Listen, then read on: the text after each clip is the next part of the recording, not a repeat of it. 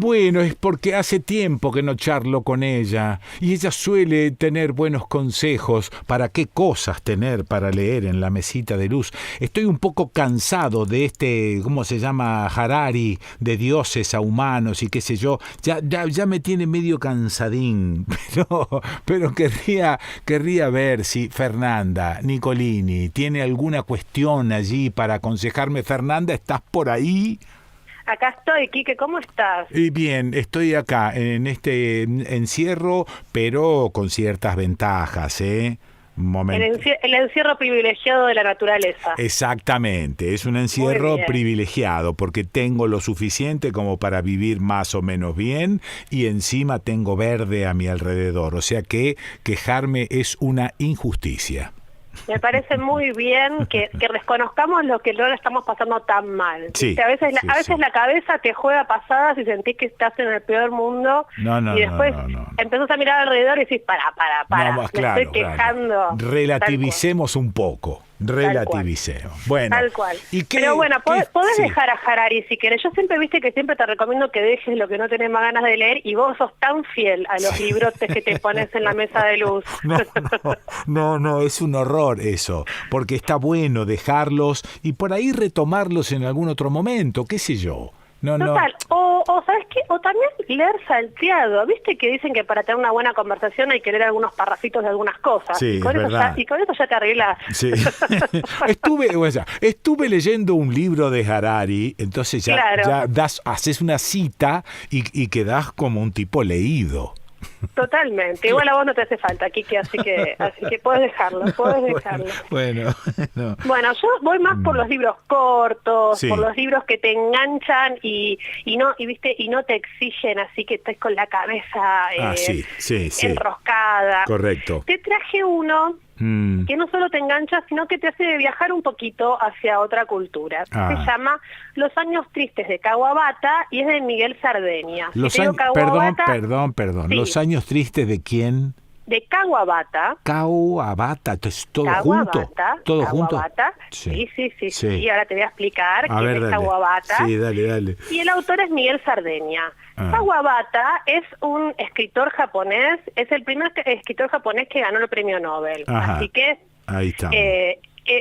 para los amantes de la literatura japonesa es así como el Borges. Es un prócer. Sí, ok. Nosotros que estamos acá en el culo del mundo, y perdón mi francés, a veces, claro, no llegamos a esos escritores, ¿no? Ajá. ¿Pero por qué? ¿Por qué? ¿Porque las editoriales no los imprimen, no los venden, no los reproducen? ¿Por qué? Mira, acá es interesante porque la novela misma da algunas claves de eso. Primero, hay un problema de traducción. Sí. ¿Qué pasa? El japonés es muy difícil de traducir, especialmente al español. Hay bastante traducido al inglés. Sí. Lo que pasa que en la traducción del japonés al inglés, al español, ya perdiste media novela. Eso es, sí. Porque el modo de traducir el japonés es completamente diferente a nuestras lenguas occidentales, donde una palabra significa una cosa. Claro, habría que reescribir todo el libro en la traducción, si querés hacer una buena traducción, digo. Exacto. Mira, te voy a leer una partecita de la contratapa que quizás se ilustra un poco y después nos metemos en el argumento de la novela. A ver, dale. La contratapa dice, los kanjis no son palabras, sino imágenes, conceptos. A diferencia de nuestro alfabeto, un kanji no se lee, se mira. El kanji de árbol es el dibujo de un árbol. Los japoneses no leen la palabra árbol, sino que miran el árbol. ¡Qué bueno eso! ¡Qué bueno ¿No es hermoso? eso! Pero aparte es una explicación acabada del tema. Bueno, esto es un extracto de la novela que lo dice el propio narrador. Te cuento de qué va la novela. El narrador es un profesor de literatura japonesa, se llama Facundo, es un amante de la cultura japonesa, sabe japonés, está dando clases en la UBA de Kawabata específicamente, y le interrumpen la clase y le dicen, se murió tu padre. Ajá. Y él sigue dando clases, porque él está alejadísimo de su padre, hace años que no lo ve, su padre armó otra familia. Pero ¿qué pasa? Con esta muerte del padre se descubre un nudo familiar, que es que este Facundo quedó huérfano completamente porque su madre había muerto cuando él tenía entre 10 y 12 años, y esa muerte entre el padre y él en realidad el padre le había pedido que no la hiciera explícita. ¿Por qué? Porque la madre se suicida, pero el padre no quiere que se sepa. Ah, ok, sí. Entonces, lo interesante es que esta madre era japonesa. Sí. Y este Facundo, que se dedica a la literatura japonesa y demás, básicamente heredó el amor por la cultura japonesa a partir de esta madre que le deja un pasado un poco traumático por haberse suicidado. Sí. Entonces, la muerte del padre lo que hace es destapar una necesidad de duelo que tiene este personaje. Ajá. Primero, que no sabe cómo hacer el duelo por un padre por el cual no siente nada. Pero a través de ese duelo que él no puede hacer, tiene imágenes graciosas porque él va a echar carita a otros entierros a ver si puede sentir algo. Por eso que no sintió por el padre, ¿no? Claro. Entonces se empieza como a infiltrar en algunos entierros de otras personas y la gente lo abraza y él dice, bueno, esto es sentir despedir a alguien, ¿no? Sí. La novela avanza así, es bastante graciosa a pesar de una temática, viste, muerte y duelo, pero avanza muy lindo. ¿Qué pasa? A medida que él avanza tratando de ver cómo puede ser el duelo del padre, en realidad lo que le vuelve a la cabeza es la imagen de la madre y cómo murió y toda esta herencia que él tiene. Sí. Y lo que te plantea la novela, que tiene 3 partes, hay unas partes donde son la actualidad, otras él de chico contando esta historia de sus padres, y después hay otra parte que es Japón, porque él termina viajando a Japón. En el medio, ¿qué tiene que ver Kawabata? Lo que hace el narrador, que es muy hermoso, es que de algún modo, como él no puede transitar sus propias emociones, porque es como una persona que para poder seguir viviendo clausuró el suicidio de la madre y se alejó del padre. Entonces uno se da cuenta que lo que hace el narrador todo el tiempo es traer a colación la literatura de Kawabata y la vida de Kawabata. Porque Kawabata también fue huérfano desde muy chico. Y toda su literatura es una literatura de las emociones y de las sensaciones. Pero vos me decís que el relator entonces trata de eludir las cuestiones refiriéndose a Kawabata.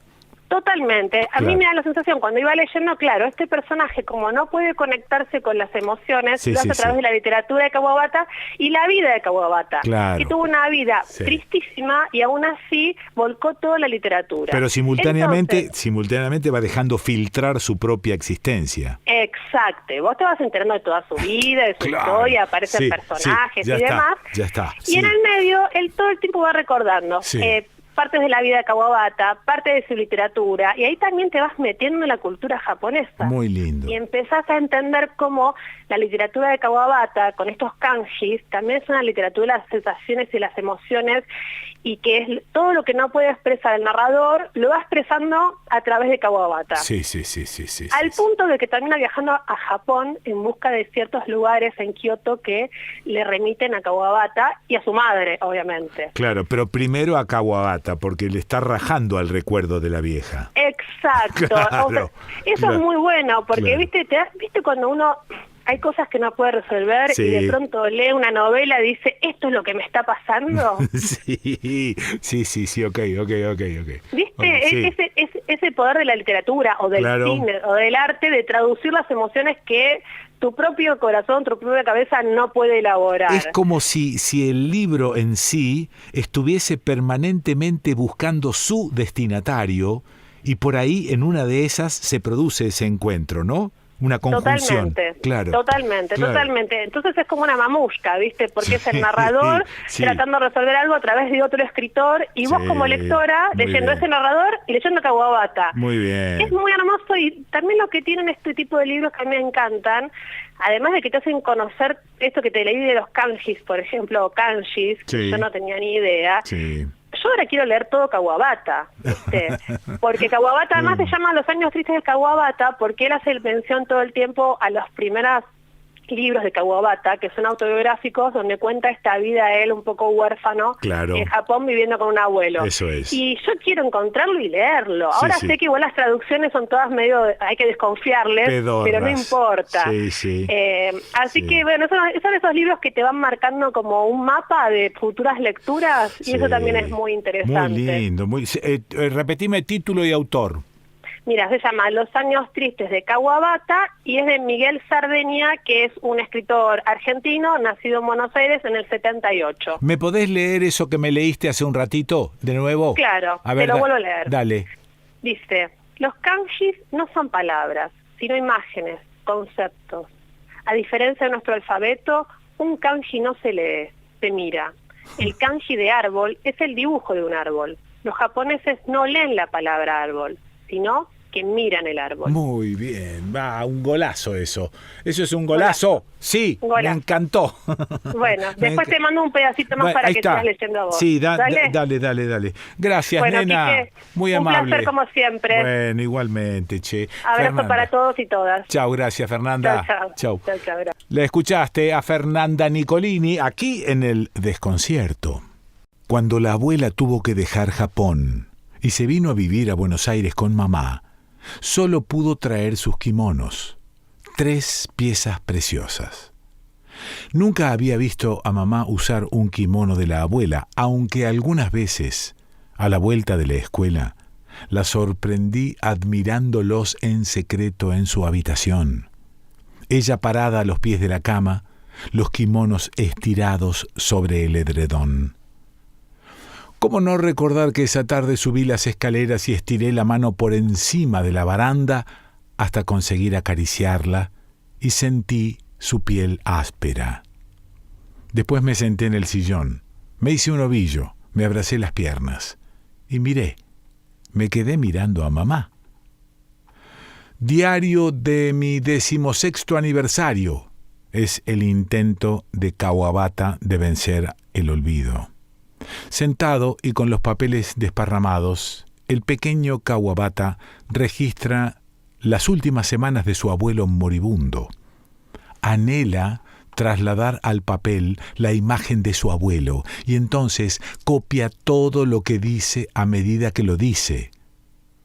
Yo recién empezaba a recordar otra vez a mamá, de a retazos, de a pequeños fragmentos. A mi manera yo también luchaba contra el olvido. El talento de Kawabata se percibe en su habilidad para plasmar la belleza a través del asco. Hay un pasaje en particular que siempre me conmueve. El otro día lo leí en clase. Se trata de la primera entrada del diario. Kawabata le avisa a su abuelo que ha vuelto de la escuela, pero su abuelo no consigue oírlo. Debe repetírselo 3 veces, cada una en un tono de voz más alto. Su abuelo le suelta entonces todas las quejas y reclamos que ha ido acumulando en su ausencia. Necesita que lo gire en la cama para mirar al oeste, necesita que hierva té, necesita ayuda para orinar. Aunque le repugna, Kawabata le pone el pene dentro del orinal, le avisa que ya puede empezar. Su abuelo no puede sentir su propio cuerpo y grita de dolor, sufre cuando orina. Y entonces Kawabata escribe: su trabajosa respiración y su voz desvanecida en las profundidades del orinal, el sonido del agua pura en el arroyo de un valle. Kawabata sabía cómo crear imágenes de pura belleza a partir de la realidad más fea. La muerte de mamá irradió esa atroz y profunda belleza que Kawabata siempre supo contar. Pensé otra vez en los ojos dilatados, redondos, la mirada candorosa perdida en calmas ensoñaciones.